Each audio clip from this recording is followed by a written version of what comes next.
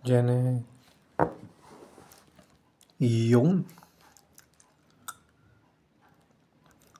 Welcome again sa another episode ng aking video.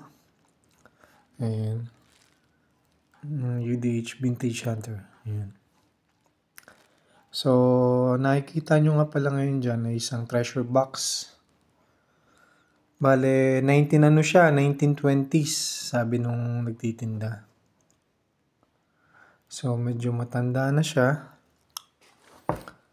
Then, siya, parang, ano ba to? Petra. Yan. Petra tawag nila. Ayan. So, ito yung anuhan na susi niya. Then, yan yung design niya. Sobrang na siya, guys. Sobrang antique na rin. Ayun. Medyo, ano bang tawag dito? Parang mga sinaunang treasure box. Ayan. Buksan natin. Iyo. Nabuksan na. Iyo. Ang ganda ng loob niya, guys. Ha? May design din.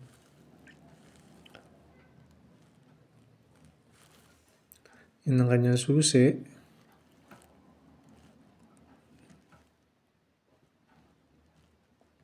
Kunting linis lang to. Ayan.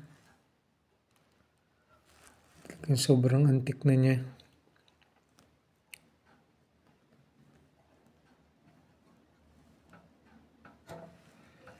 Yan. Pwede nyo ilagay dyan ng mga relo, alahas, or bracelet, or bubot. Ayan. Or coins. Ayan. Yup.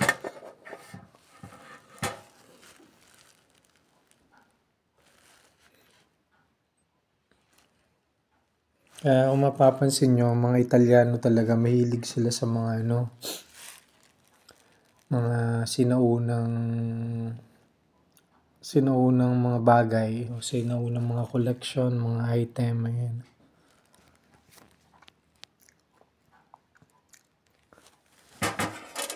Iyon.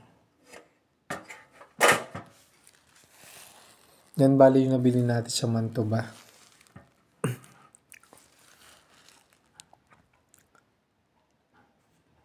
So, for the meantime, lilinisin muna natin to. Lilinisin ko muna pala to. Then, pag okay na at naka-free na ako, dadagay ko lahat sa eBay. Ayan. Bibenta tayo sa eBay or sa Vinted or sa marketplace ng mga collection ni UDH. Yan. So, yun guys, maraming salamat. See you on the next video, okay? Ciao, arrivederci. Ciao ragazzi, ciao.